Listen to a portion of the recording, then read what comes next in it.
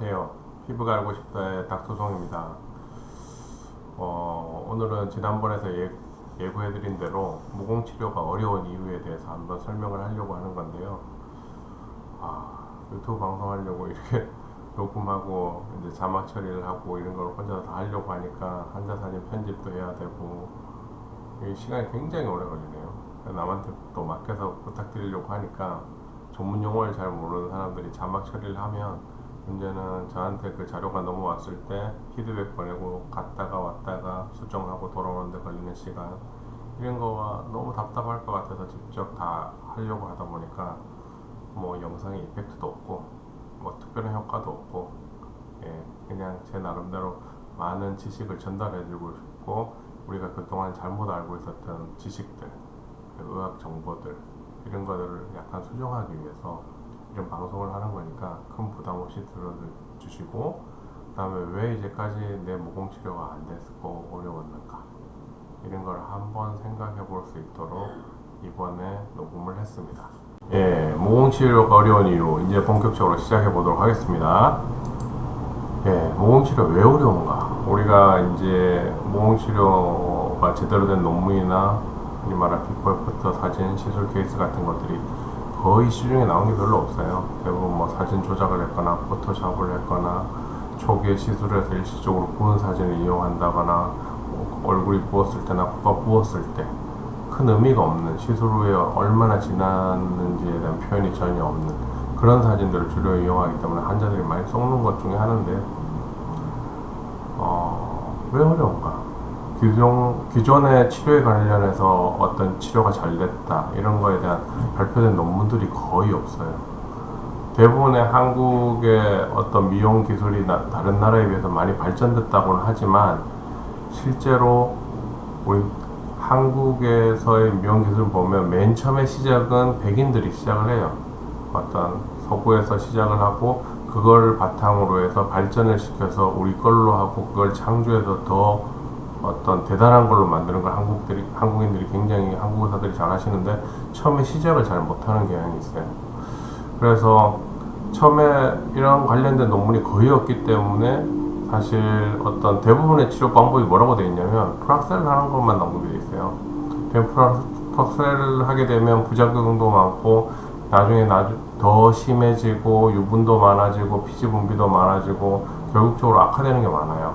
근데 이제 종종 가다가 이제 아주 극건성이라든지 피지 분비가 거의 없는 사람들, 혈관이 많지 않은 사람들은 굉장히 결과가 좋게 나올 때도 있는데, 그런 예외적인 한두 케이스를 보고 굉장히 잘 된 걸로 착각하기도 합니다. 그래서 인종별로 관심사가 다른 게 모공치료에 큰 발달이 없는 게 아닌가 하는 생각이 들고요. 그리고 기존에 나와 있는 얼마 되지 않는 논문 중에 대부분 치료법을 특정 레이저 한두 가지로 어떤 결과물이 만들어진 것 같이 설명을 하고 있어요. 하지만 이렇게 돼 있는 거는 결과물이 실제로 만들어지지 않아요. 왜 이렇게 논문이나 어떤 자료들이 이렇게 만들어져야 되는가? 레이저 회사는 자기네 레이저 한두 개 했는 걸로 그 결과가 나오는 것 같이 거짓말을 해줘야지 장비가 팔려요. 그리고 그런 자료를 계속 만들어서 광고를 띄우고 온라인 마케팅을 해줘야지 환자들이 그 레이저를 찾으러 시술 받으러 오고 하니까, 병원 입장에서는 그렇게 그 레이저를 갖춰야지만 환자들이 찾으니까 한두 가지 레이저만 하려고 하는 거예요.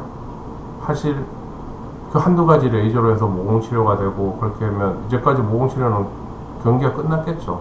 하지만 지금까지도 안 되고 있고 시술이 잘 안 된다 그러고 뭐 신의 영역이라느니 불가능하다느니, 뭐 우선 의사들은 자기가 못하면 다 불가능하다고 얘기를 하니까요. 뭐 환자들 입장에서는 한 귀로 듣고 한 귀로 흘러들으면 됩니다. 그래서 또 이런 결과물, 어떤 모공치료에 대한 불신이 강한 것 중에 하나가 뭐냐면, 시술 결과물이 나오는데 굉장히 오랜 시간이 요구돼요. 왜냐하면 흔히 코 피부는 질긴 피부라고 하죠. 두꺼운 피부라기보다는 질긴 피부예요.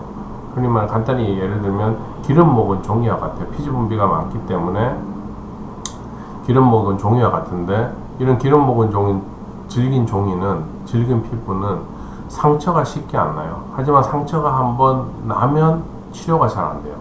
상처가 쉽게 나지도 않지만 한번 나면 잘 안 돼요. 그러니까 상처가 쉽게 나지 않는 피부에서 상처가 날려면 어떻게 해야 돼요? 장기간 자극이 가야 돼요. 계속 코를 짠다거나 코팩을 한다거나 뭔가 뭐 석션을 해서 피지를 빨아당기는 걸 계속 한다거나 박피를 계속 한다거나 해서 장기간 코를 망가뜨려야지만 코가 실제로 파이게 돼요. 그래서 환자들이 왜 불신을 더 많이 갖게 되느냐, 인터넷 보면 뭐 싼 시술이 엄청 많거든요. 그런데 가서 뭐 플라셀 한번 하면 뭐 엄청 좋아질 것 같이 거짓말 하는데 가서 실제로 하고 보면 대부분 피지 분비가 늘어나고 코가 붉어지고 홍조가 심해지고 얼굴이 붉어지면 무조건 피지 분비 늘어나니까요. 그래서 결과물들이 대부분 만족할 만큼 안 나와요. 그래서 이 동네에 가서 저 레이저를 받아보고 저 동네에 가서 이 레이저를 받아봤는데 큰 결과가 안 나오면 레이저로는 치료가 안 되는구나 라고 하는 선입견을 갖게 돼요. 그리고 또 하나, 인터넷 보면 부작용이 쉽게 생겨서 이런 사진들이 많이 올라오는데 이 사진을 보게 되면 의사나 환자나 새로운 치료법에 대해서 도전을 한다거나 새로운 치료법을 받는 것에 대한 부담감이 굉장히 커져요. 왜 이 의사가 기존에 인터넷에 한 번도 언급되지 않는 치료를 할까? 그리고 의사 입장에서는 이런 확신이 모르는 데서 이런 치료를 했다가 혹시나 부작용이 났을 때 나중에 어떻게 설명을 해야 되나? 치료를 받는 사람이거나 치료를 하는 사람이 양쪽 다 모두가 부담되는 방법이 되는 거예요. 그러니까 치료가 발전하기 어렵겠죠. 근데 이론을 좀 잘 알고 있고 레이저를 잘 다루는데 자신이 있고 레이저를 잘 안다고 하면 어느 정도 결과를 내는데 큰 부담이 없어요. 실제로 레이저를 하게 되면 결과 나오게 되고요. 근데 의사들이 대부분 착각하는 것 중에 하나가 뭐냐면 레이저의 작동법을 아는 걸 가지고 레이저를 다룬다라고 생각해요. 우리가 TV를 켜고 채널을 바꾸고 하는 걸 가지고 TV를 다룬다라고 얘기하나요? 작동법을 익히는 것과 잘 다루는 것은 별개의 문제인데 대부분의 의사들이 자기가 레이저를 껐다 켜고 에너지를 조절하는 걸 알 줄 알면 나 이 레이저 다룰 줄 알아 라고 얘기해요. 그래서 보통 일반인들은 많이 이렇게 그 말에 속죠. 그래서 갔다가 부작용을 많이 일으키고 결과가 안 나오니까 하다가 안 되면 에이 모르겠네 이렇게 넘어가는 경우도 많고요. 그래서 왜 모공 치료가 어려운가에 대해서 한번 설명을 하자면, 그러니까 아까 전에 얘기했죠. 우선 많은 피지가 끼어요. 여기에서 피지 분비가 되면 피지가 이쪽에서 많은 피지가 끼어요. 저번에 앞에서 여드름이 생기는 피부에 대해서 왜 피지가 끼이는지를 설명을 했어요. 우선 피부 표면이 뭔가 안 좋아지기 시작하고 대부분 알칼리화 되고 있죠. 피부 표면이 대부분 약산성을 유지해야 되는데 그러면 피부 밑에 있는 균이 번식이 쉬워지고 그 균에 의해서 분비되는 리파제라고 하는 물질들이 유분에 나오는 유분에 묻게 되면 그 유분이 딱딱하게 프리패티 엑시드라는 걸로 해서 표면에 박히게 돼요. 우리가 일반적으로 분비되는 유분의 피지에는 프리패티 엑시드가 아예 없느냐? 한 10% 정도의 내외로 조금씩 있어요. 유분의 어떤 점성도를 유지하는데 프리패티 엑시드가 굉장히 중요한 요소를 하는데 문제는 프리패티 엑시드가 많아질 때가 문제예요. 프리패티 엑시드가 많아지면 딱딱한 알갱이가 돼서 표면에 끼게 되죠. 코르크마개처럼. 그렇게 되면 산소가 안 통하게 되고 이 모공이 자꾸 벌어지게 되고 염증이 많아지고 혈관이 많이 들어오게 돼요. 그럼 피부가 나빠질 수밖에 없겠죠. 그 다음에 아까 전에 또 치료가 잘 안 되는 이유로 뭐라 그랬어요? 질긴 피부, 즉 텐실 스트렝스, 인장 강도가 굉장히 상승돼 있어요. 인장 강도가 상승돼 있으면 이건 무슨 말이냐? 살이 차는데 누르는 압력이 세니까 쉽게 재생이 안 되고 쉽게 차오르지가 않아요. 우리가 텐실 스트렝스가 떨어져 있어야지 회복하려고 하는 어떤 피부의 상태가 올라가요. 우리가 피부가 어디 다치거나 넘어져서 찢어지거나 다치게 되면 텐실 스트렝스가 확 감소되거든요. 그러면 그게 치료하는 과정에 텐실 스트렝스가 막 올라가요. 1년 동안 손상된 피부의 정상 피부에 비해서 80% 정도까지 텐실 스트렝스, 인장 강도가 올라가게 되는데 반대로 이 질긴 피부는 인장 강도 자체가 올라가 있으니까 회복이 안 되는 거예요. 그 다음에 이렇게 질긴 피부, 흔히 말하는 기름종이 같은 피부가 되면 어떤 문제가 있느냐? 레이저를 쏠 때 빛의 산란과 굴절과 뭐 이런 반사 같은 게 생겨서 원하는 진피까지 레이저가 들어가는데 광자가 다 반사되고 산란되고 굴절되니까 원하는 곳에 온도를 높이기가 굉장히 어려워지게 돼요. 그러니까 치료가 떨어질 수밖에 없죠. 진피를 리모델링 시켜서 새 피부를 바꾸려고 하는데 안 돼요. 그 다음에 많이 혈관이 문제예요. 또 많이 혈관이 생기면 문제가 뭐냐면 과도한 피지 분비를 유도하게 되고, 또 하나 뭐예요? 우리가 새롭게 자라 올라오는 살을 가지고 그래뉴 티슈, 유가 조직이라고 하는데 신생혈관이 억제되는 생성이 억제돼요. 그래뉴 티슈에서 자체 바스큘라리제이션 자체가 조금 억제되기 시작해요. 그 다음에 코나 이런 데 보면 또 어때요? 피하지방의 양이, 즉 지방의 양이 적어요. 양분을 공급해 줄 수 있는 에너지원이 딴 데보다 적고 구조가 조금 다른 형태를 가지고 있어요. 다른 데 비해서. 코와 가장 비슷한 지방 배치를 가지고 있는 피부 얼굴에서의 어떤 구조물 어디냐면 귀예요. 귀. 뒤에서는 나중에 그림을 설명하겠지만 왜 어디 부분이 치료가 어려운지 이런 것도 한번 설명을 해드릴게요. 가장 큰 문제는 많은 피지선이에요. 많은 피지선 때문에 피부가 질겨져 있고, 간단히 얘기하면 기름 종이는 째지면 붙이기가 어려워요. 마른 종이는 째지면 붙이기가 쉬워요. 대신 마른 종이는 잘 째지고 기름 종이는 잘 안 째져요. 코 모공은 코 피부는 이와 굉장히 유사하다라고 생각하시면 돼요. 피지선이 많은 피부는 전부 유사하다라고 생각하시면 되고요. 예. 그 다음에 이 뒤에 보면 왜 코는 왜 파이는가, 왜 패이는가, 그리고 코는 왜 다른가. 여기 보면 코에 지방세포가 표현되어 있어요. 코는 어떻게 보면 덜 밑에 진피가 두 군데로 이렇게 나누어져 있고요. 그 다음에 피하 지방이 중간에 이렇게 끼어 있어요. 여기랑 가장 유사한 그림을 찾으라고 하면 어디를 찾을 수 있냐면 귀를 찾을 수 있어요. 귀는 조금 다르죠. 귀는 피하 지방이 코보다 더 적어요. 그 다음에 우리가 흔히 말하는 노란색이 피하 지방인데, 피하 지방은 다른 데 비해서 여기에서 또 다른 특징이 또 하나 나타나요. 다른 데는 뭐 이렇게 빼쪽하게 되어 있는 뭐가 있어요. 그죠? 여러분 뭐가 있죠? 그런데 뭐가 있죠? 근데 없는 데가 여기 없고요. 여기 없고 여기 없어요. 이건 뭐예요? 파이브로셉툼이라고 하는 지지대 역할을 하는 받침대가 지방세포 하나하나에 다 끼어 있는데, 코는 그게 없어요. 귀도 그게 없어요. 쌍꺼풀, 눈꺼풀에도 그게 없어요.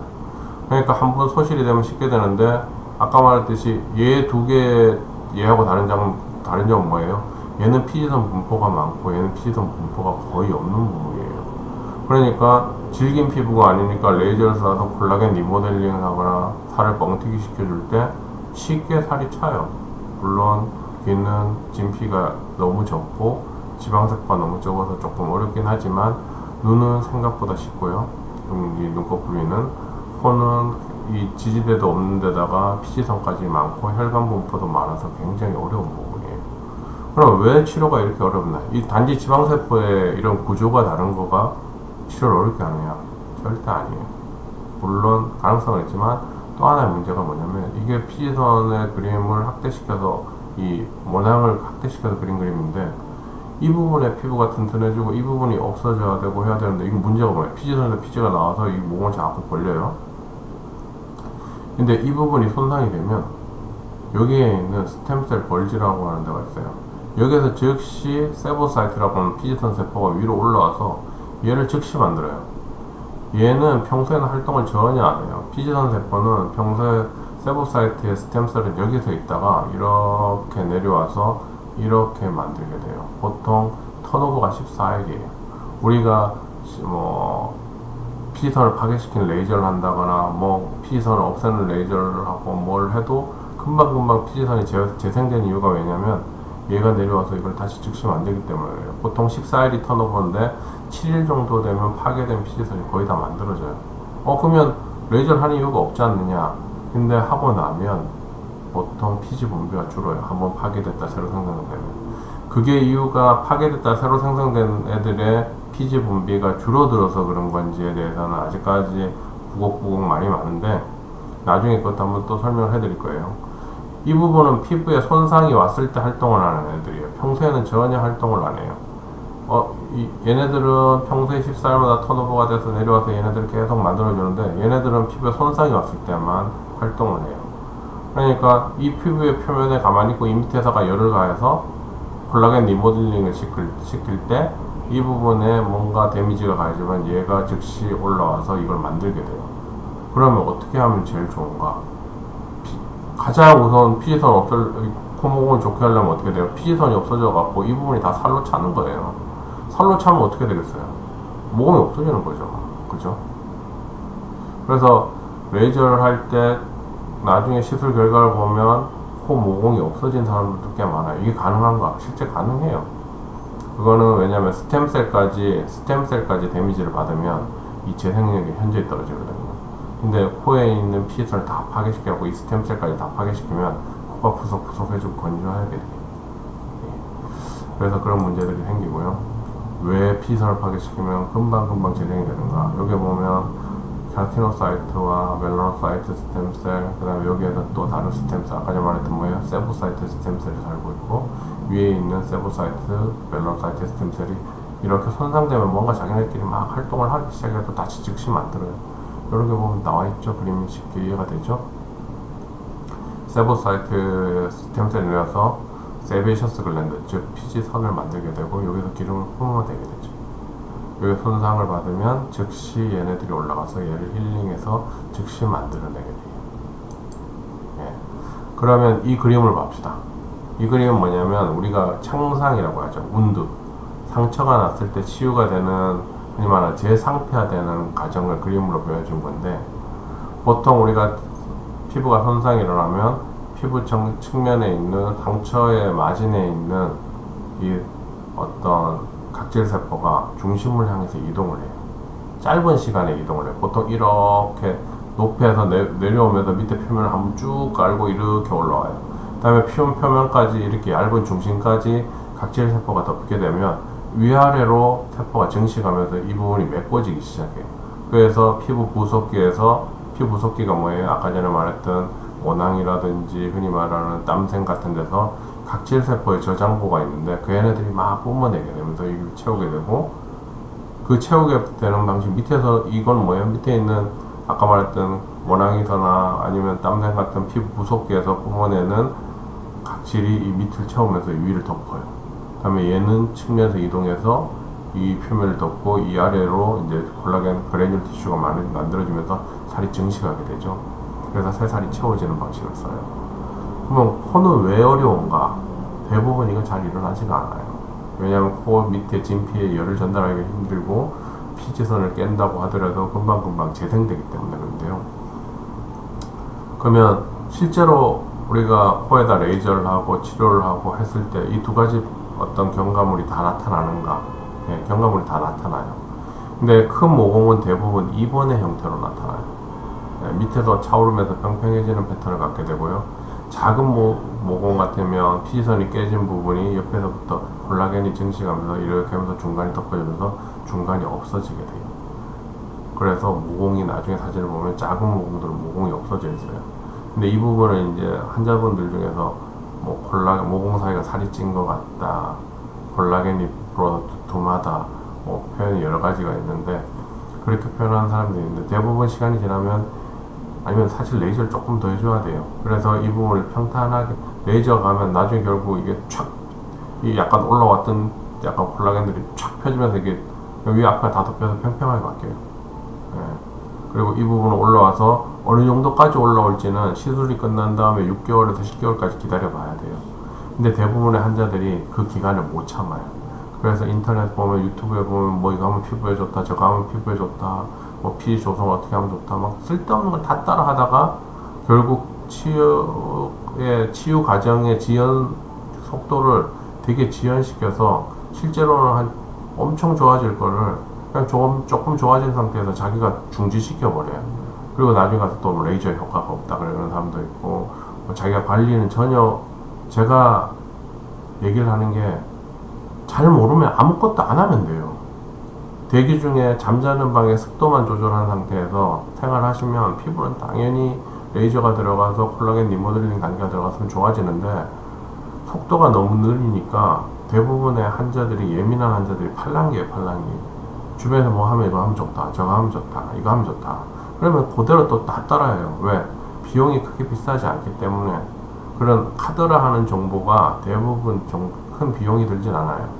뭐 많게는 10만원 정도, 뭐 몇만 원에서 시작하니까 그걸 다 따라하기 시작해요. 그러다 나중에 코에다가 유분이 처발처발 해주고 막 단유국이 되고 악화되고 뭔가 문제가 되고 모공이 벌어지면 레이저 효과 없다라고 그러고, 그리고 시술 전의 상태는 생각지도 않고 뭐 모공이 안 좋아졌다. 왜냐하면 사진으로 잘 표현이 안 돼요. 하지만 이 과정이 일어난다는 거예요.